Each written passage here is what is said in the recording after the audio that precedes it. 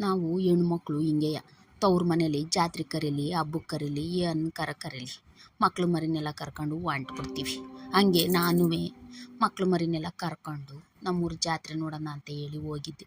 ನಮ್ಮ ಮಕ್ಕಳು ಜಾತ್ರೆ ನೋಡ್ಕೊಂಡು ಎಂಜಾಯ್ ಮಾಡ್ಕೊಳ್ತಾ ಇದ್ರು. ಹಂಗೆ ಬುರ್ಲ ಅಂತ ಕರ್ಕೊಂಡು ದೇವಸ್ಥಾನದೊಳಗೆ ಹೋಗೋಣ ಅಂತ ಹೇಳಿ ಹೋಯ್ತಾ ಇದ್ದು.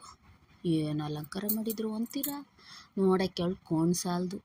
ತಡಿ ನೋಡೋಣ ಒಳಗೆ ಹೋಗೋಣ ಅಂದ್ಬಿಟ್ಟು ನಾನು ನಮ್ಮ ಅಕ್ಕನ ಮಗಳು ನಮಸ್ಕಾರ ಮಾಡ್ಕೊಂಡು ಒಳಗೆ ಹೋದೆವು. ಹಂಗೆ ಮುಂದೆ ಹೋಯ್ತಾ ಜನ ರಶ್ ಆಗಿದ್ದರು.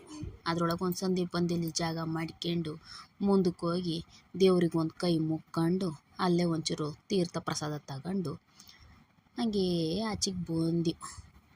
ಆಚೆಗೆ ಬರೋಣ ಅನ್ನೋತ್ತಿಗೆ ಜನ ಭಾರಿ ರಶ್ ಆಗಿದ್ದರು. ಅದರೊಳಗೆ ಎತ್ಲಾಗ ಆಚೆಗೆ ಬಂದು ಒಂದು ಪ್ರದಕ್ಷಿಣೆ ಹಾಕಿ ಆಚೆಗೆ ಬಂದರೆ ದೇವ್ರ ಮೇಲೆ ದೇವ್ರು ಕುಂತಿತ್ತು. ಅಲ್ಲೇ ಎಲ್ಲವನ್ನು ನೋಡ್ಕೊಂಡು ಕೈ ಮುಕ್ಕೊಂಡು ನೋಡಿರಿ ಎಲ್ಲ ಮಕ್ಕಳಿಗೆ ಆಟ ಸಾಮಾನು ಕೊಡ್ಸೋಣ ಅಂತ ಹೇಳಿ ಜಾತ್ರೆ ಒಳಗೆ ಕರ್ಕೊಂಡು ಹೋದೆವು. ಈಗಿನ ಮಕ್ಕಳು ನಮ್ಮ ಮಾತು ಕೇಳವ, 1000 ರೂಪಾಯಿಂದ ಆಟ ಸಾಮಾನು ಕೊಡಿಸಿದ್ರು ಸಾಕಾಗ್ದು. ನಮ್ಮ ಕಾಲದಲ್ಲಿ ಹಿಂಗಿರಲಿಲ್ಲ ಕಣಪ್ಪ.